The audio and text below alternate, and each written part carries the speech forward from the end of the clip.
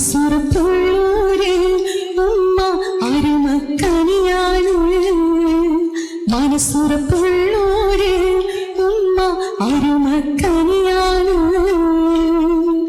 ഉമ്മാന്റെ കാലടിപ്പാടിലാണ് സുബർക്കും പോലെ ഒരുമതിയ ഒത്ത് മുഹമ്മദിൻ പൂമൊഴി ഉള്ളിലുറച്ചോളി.